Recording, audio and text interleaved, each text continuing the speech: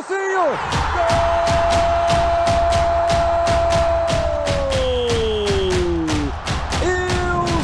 Nilcinho!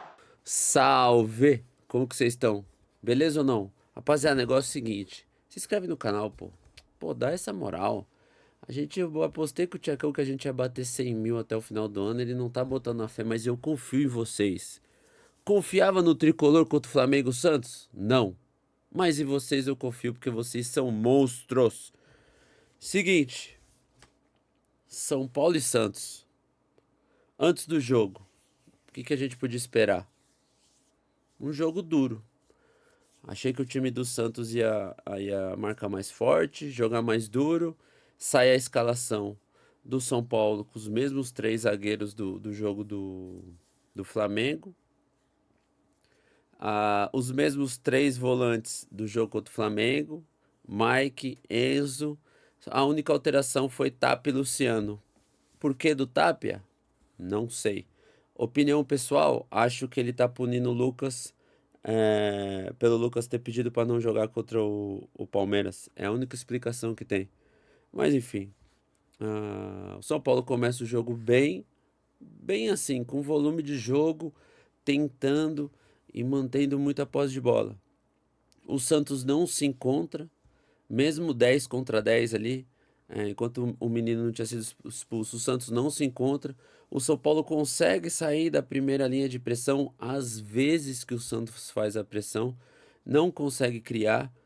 Os três volantes não é característico. Ora tá o Bobadilha de costa para receber a bola, ora tá o Danielzinho, o Marcos Antônio um pouco menos, que ele vai buscar muita bola no pé dos zagueiros ali, ele movimenta muito, mas não é. Os três volantes, eles conseguem fazer uma transição, dependendo do time que joga, boa, mas eles não conseguem finalizar com uma armação, com o último passe. Aí fica refém do Tapia, que, cara, Tapia é brigador, corredor, tem um coração gigante, pô, o jogador que todo treinador gosta de ter.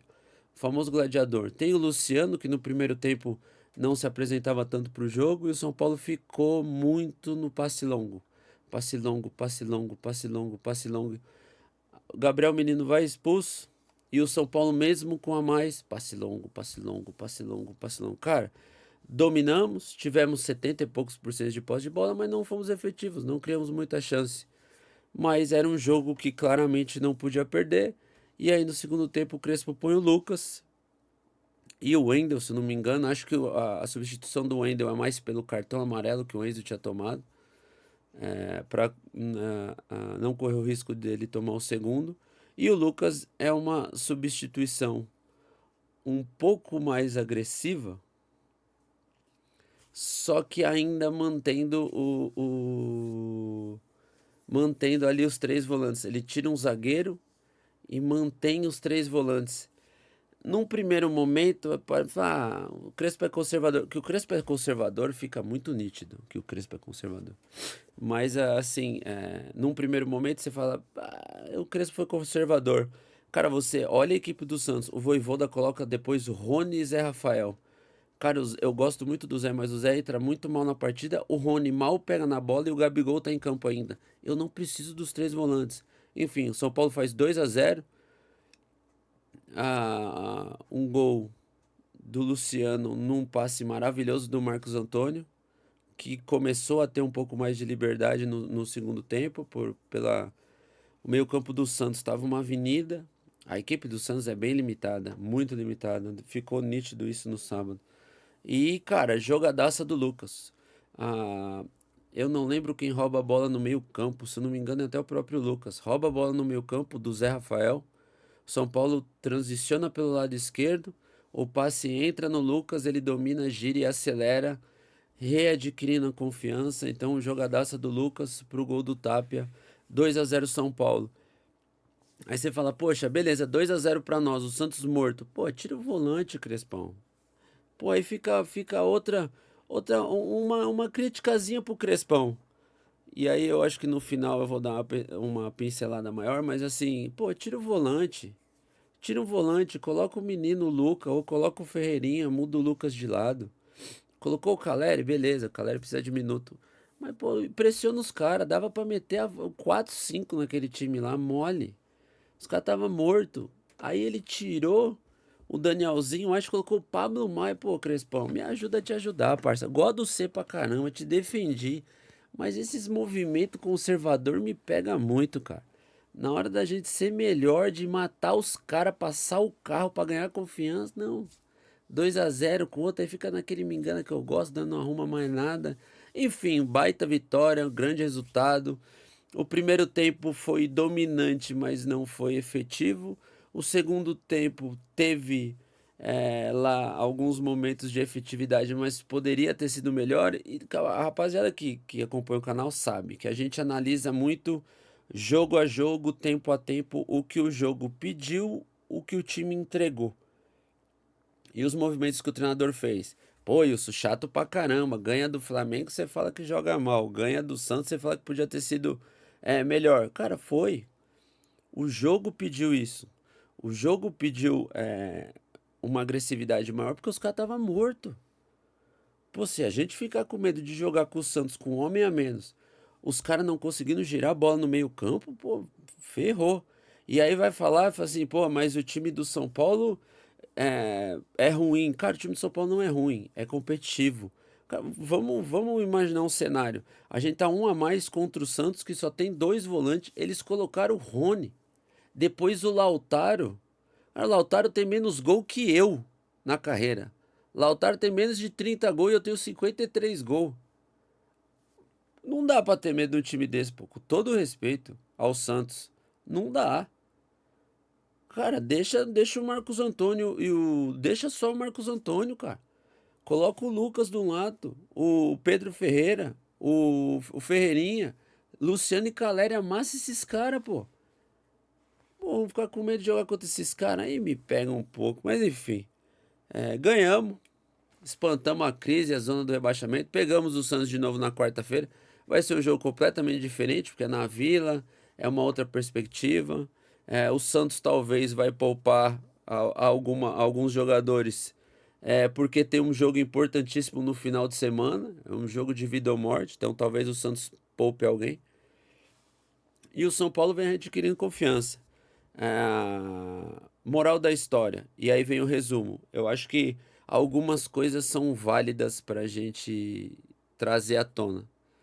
Uma delas, a galera que criticou o Crespo, e eu também tenho algumas observações, algumas críticas, mas a galera que criticou o Crespo pelas escalações nos jogos que perdeu, talvez o planejamento está dando frutos agora. Então, ele fez um planejamento e ele seguiu.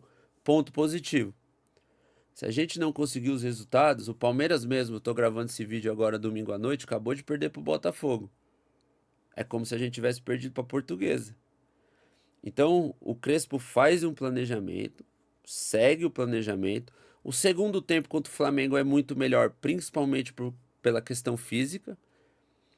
O jogo contra o Palmeiras foi 3-0 pro Palmeiras. Não foi tão ruim assim. O time desenvolveu fisicamente, correu e tal, mas não conseguiu ser efetivo e foi punido. Mas fisicamente teve uma evolução. Contra o Flamengo, fisicamente teve uma evolução. Contra o Santos, fisicamente está evoluindo. Então, cara, o Crespo ele sabe o que ele está fazendo. Tem leituras e tem escolhas equivocadas e leituras questionáveis? Tem, como teve nesse jogo, e eu gosto de apontar. Porque da mesma maneira que a gente defende, a gente cobra. Então aqui a gente tá para analisar o jogo, o entorno do futebol. Então, tipo assim, o planejamento dele, que ele fez e seguiu, top. Agora o time tá começando a demonstrar que tá numa evolução física. Tem muito a melhorar na evolução física. Aí vem uma crítica. Não gosto dos três volantes, seja com os três zagueiros ou com a linha de quatro. Não gosto. Acho que a gente fica muito vulnerável. O Bobadilha não combina com esse esquema de três volantes. O Bobadilha é muito bom, tecnicamente é top, mas no São Paulo, no Paraguai ele vai bem até. No São Paulo ele não combina com o Marcos Antônio e Danielzinho. Fato. Não gosto. Preciso de um cara ali. Acho que aquele cara vai ser o Lucas, que fez uma baita partida. Ponto 2 de resumo final. Lucas. Cara, o Lucas estava sendo muito criticado. Eu vi muita gente falando uma par de groselha. Cara, o Lucas fisicamente, clinicamente tá bem. O Lucas precisa readquirir confiança. O próprio Crespo falou na entrevista. Um jogo com a mais e tal, o Lucas jogou e jogou bem. Ah, pô, o Lucas jogou bem? Comparado com o que ele estava jogando, comparado com as movimentações do ano passado, o Lucas jogou muito e vem numa evolução também. Então, assim, o Lucas não tá morto, ele tá numa evolução constante, dia após dia. É difícil você ir naquela quebra de confiança e recuperar, é muito complicado, mas ele tá bem. Então, acho que esses dois pontos positivos, Crespo planejamento, evolução do time e Lucas, vai ser a carta na manga do tricolor para esses próximos jogos. O resto, cara, o Enzo é um guerreiro, Danielzinho e Marcos Antônio se completam, dois baita meio-campos. Acho que os zagueiros ali, eu gosto muito dos meninos, mesmo quando a gente critica. O Mike, cara, de novo, fez uma partida consistente, bem. Tava confiante. Aquele toquinho dele pro lado de meio que de calcanhar por cima, assim, me pega um pouco, mas, pô, o Mike tá ganhando corpo, ganhando confiança, foi bem.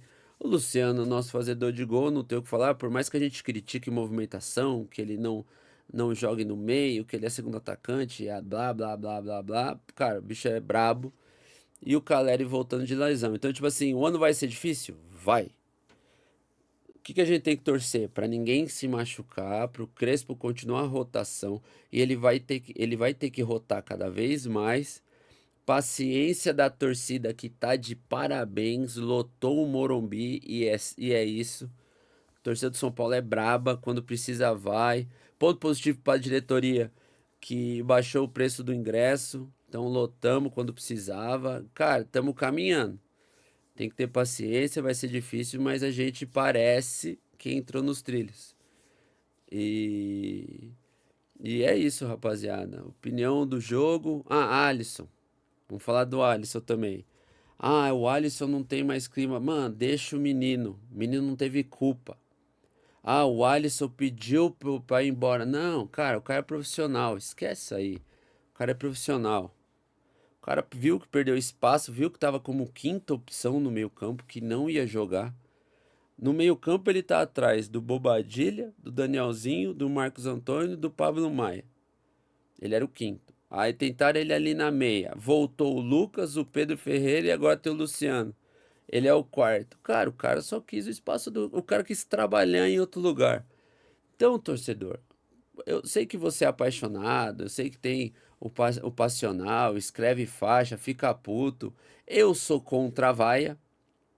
Eu sou a favor da vaia se ele entra em campo e não corre. Uma pessoa como o Alisson, profissional como o Alisson, duvido que isso vai acontecer.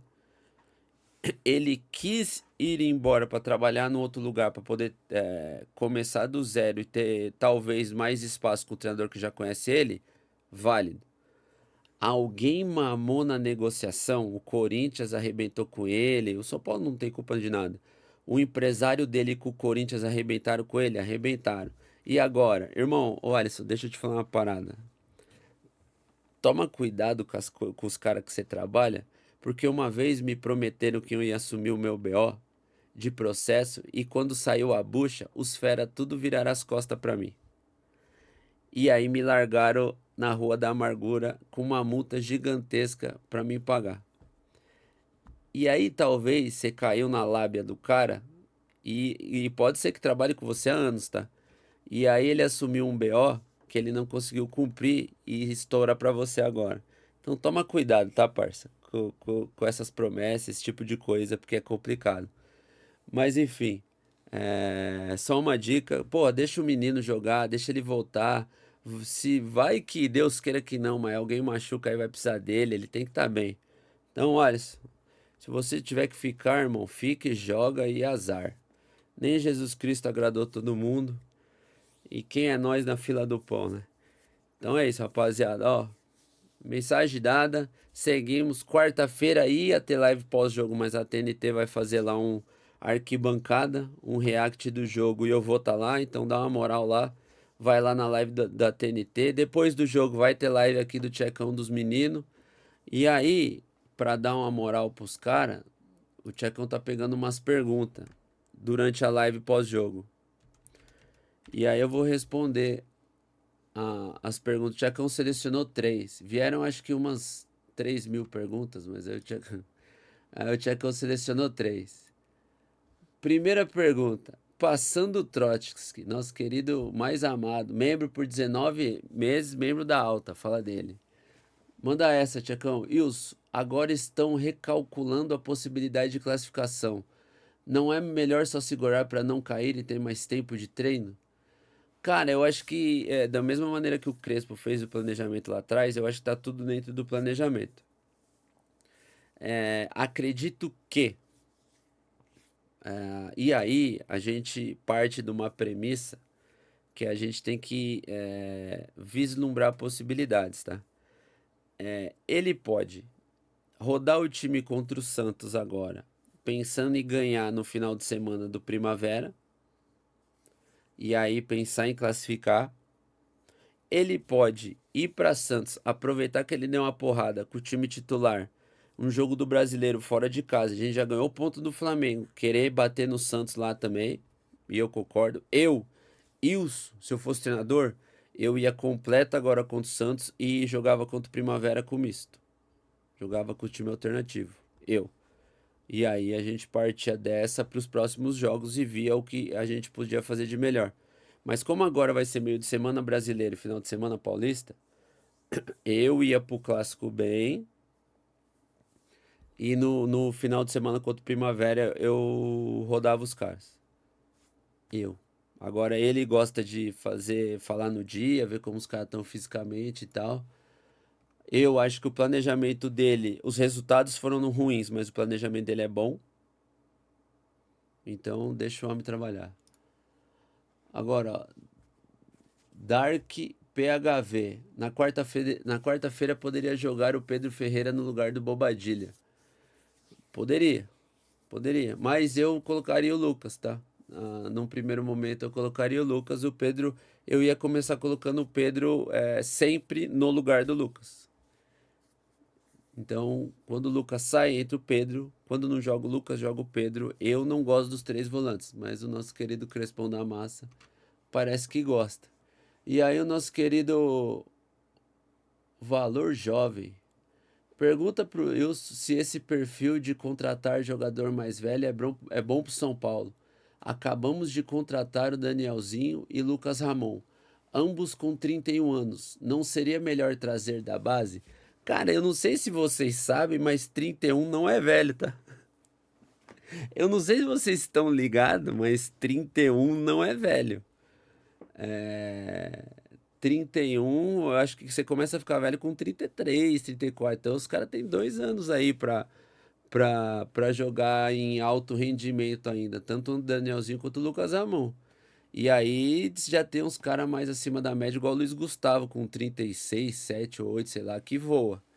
Então 31 não é velho. Ponto 1. Ponto 2. Eu acho que como o São Paulo tem muita lesão, os scouts podem trabalhar com quantos jogos eles jogaram na temporada passada, qual que é a média de minutos e jogos que eles jogam por temporada e se vale a pena o custo-benefício mais a idade. Eu acho que tudo isso tem que pôr no papel. Nem você vê o Santos que contratou lá o tal do Bilal com 26 anos. Nunca foi visto, a peso de ouro. O Lautaro, que tem menos gol que eu, que era lateral e direito na carreira, e o cara é atacante, 28 anos ele tem menos gol que eu, pô. Tá de sacanagem. Como é que vai contratar? Contratar o nosso querido Dineno, que tá vindo de um cruzado e pubis. Os caras põem no São Paulo.